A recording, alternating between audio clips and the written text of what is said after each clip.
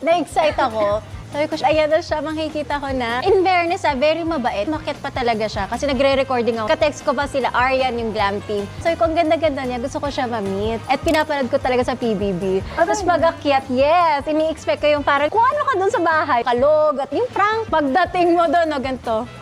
Hello.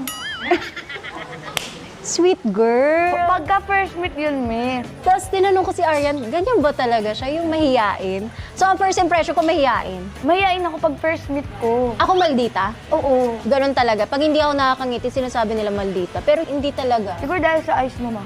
Oo nga eh. Career or love? Ako sa tamang edad, love. Pero ngayon, Okay. career. Yeah, same. Diba? Ako pag nagawa mo yung lahat ng gusto mo, tapos ka na sa career, love. Ako din. Pag nabigay ko na yung gusto ng family ko, lahat-lahat. Ano yung dream mo na mabigay sa family? Malaking bahay. Bongga. Ganon. Breadwinner ka? Hindi ko masasabing breadwinner.